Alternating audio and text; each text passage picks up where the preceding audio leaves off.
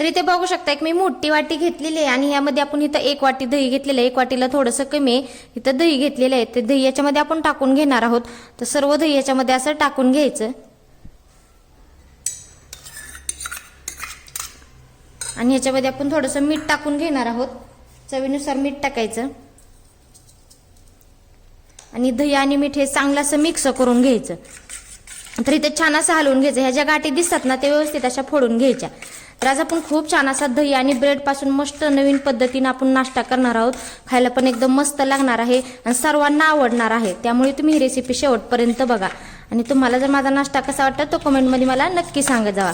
तर इथं चांगलं असं हे मिक्स करून घ्यायचं म्हणजे ह्या गाठी व्यवस्थित अशा ह्या फुटून निघतात आणि मीठ पण व्यवस्थित दह्यामध्ये मिक्स होतं.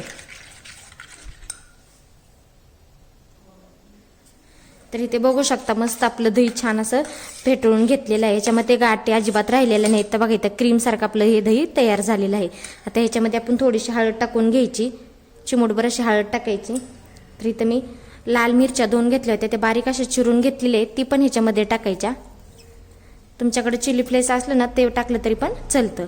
इथं मी 2 हिरव्या मिरच्या घेतल्या, ते पण ह्याच्यामध्ये टाकून घ्यायच्या. थोडीशी कोथिंबीर पण टाकून घ्यायची. इथं मी अर्धी वाटी ही बेसन पीठ घेतलेलं आहे. तर इथं आपण 2 चमचे बेसन पीठ टाकून घ्यायचं, जास्त नाही टाकायचं, 2च चमचे टाकायचं आणि 2 चमचे बारीक रवा टाकायचा. जाड बारीक कुठला असला तरी पण चालतो. तर आता हे सर्व साहित्य टाकल्यानंतर हे व्यवस्थित असं हे मिक्स करून घ्यायचं. इथं पाण्याचा वापर करायचा नाही, ह्याच दह्यामध्येच हे चांगलं असं मिक्स करून घ्यायचं. तर इथं चांगलं असं आता आपण मिक्स करून घेणार आहोत आणि मीठ ते ह्याच्यामध्ये टाकायचं नाही, आपण पहिलं टाकलेलं आहे त्याच्यामुळे अजिबात मीठ टाकायचं नाही आणि मीठ इथं कमी असलं तर थोडंसं टाकून घ्यायचं. तर इथं चांगलं असं हे मिक्स करून घ्यायचं. आता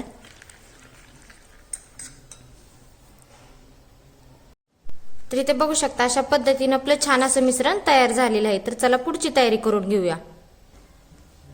तर इथे बघू शकता गॅसवरती एक पॅन ठेवलेला आहे. पॅन आपला थोडासा गरम झालेला आहे, त्यावरती आपण थोडंसं तेल टाकून घ्यायचं. असं थोडंसं तेल टाकायचं आणि तेल थोडंसं असं गरम होऊन द्यायचं. तर इथे बघू शकता आपलं तेल छान असं गरम झालेलं आहे. आता इथे एक ब्रेड घ्यायचा आणि ब्रेड घेतल्यानंतर आपण जे मिश्रण तयार करून घेतलेलं आहे ना ते आता काय करायचं, थोडंसं चमच्यावर घ्यायचं. चमच्यावर घेतल्यावर ते असं ब्रेडला लावून घ्यायचं. तर सर्व ब्रेडला व्यवस्थित असं हे मिश्रण लावून घ्यायचं. तर बघा चमच्याच्या साह्याने व्यवस्थित असं हे पसरतं पण मस्त असं. तर आपण काय करणार आहोत, सर्व ब्रेडला काय करायचं, छान असं मिश्रण लावून घ्यायचं. तर बघू शकता अशा पद्धतीने मी हे ब्रेडला छान असं मिश्रण लावून घेतलेलं आहे. तर आता काय करायचं, थोडंसं पांढरं तीळ ह्याच्यावरती असं व्यवस्थित टाकून घ्यायचं. थोडं थोडं करून टाकायचं. तुमच्याकडे जर काळे तीळ असली ना ते टाकले तरी पण चालतात. आणि थोडीशी कोथिंबीर टाकून घ्यायची आणि थोडंसं असं दाबायचं म्हणजे कोथिंबीर अशी निघत नाही. तर आता हे टाकल्यानंतर हे काय करायचं, आता ह्या पॅनवरती आपण असं हे टाकून घेणार आहोत. तर हलक्या हाताने थोडंसं असं दाबायचं.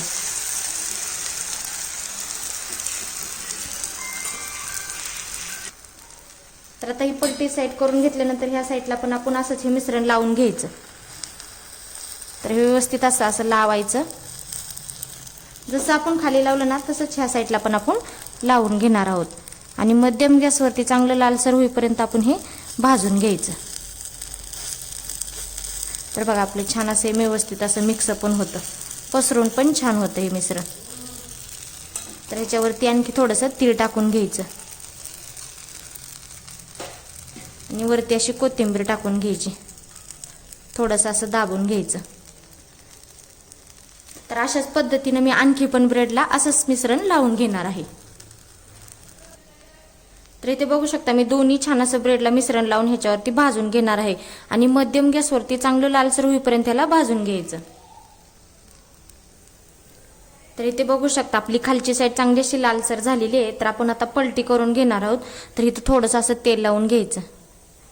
तर असं थोडंसं तेल लावलं ना म्हणजे व्यवस्थित असं हे चिटकत नाही मिश्रण. तर आता आपण हे पलटी करून घेणार आहोत. तर बघा हे छान असं भाजलेलं आहे ना. तर आता हे पण पलटी करून घ्यायचं. तर अशाच पद्धतीनं खालची साईड पण लालसर होईपर्यंत भाजून घेणार आहोत. तर इथे बघू शकता मी आता पलटी करून घेते. तर बघा दोन्ही साईडने छान असं लालसर होईपर्यंत आपण हे छान असं भाजून घेतलेलं आहे. तर अशाच पद्धतीने आपण बाकीचा पण नाश्ता तयार करून घेणार आहोत. तर इथे बघू शकता अशा पद्धतीचा ब्रेड आणि दह्यापासून मस्त असा नाश्ता तयार झालेला आहे. खायला पण एकदम मस्त लागणार आहे. लहान मुलांना पण आवडणार आहे. लहान मुलांच्या डब्याला पण तुम्ही देऊ शकता. ही शेजवानी चटणी सोबत किंवा असा खाल्ला तरी पण खूपच छान लागतो. तर मी ते तुम्हाला तोडून दाखवते. बघा ती मस्त असा हा नाश्ता तयार झालेला आहे. घरी नक्की ट्राय करा आणि तुम्हाला माझा नाश्ता कसा वाटतो तो कमेंटमध्ये मला नक्की सांगा. चला तर मग भेटूया पुढच्या रेसिपीमध्ये. तोपर्यंत धन्यवाद.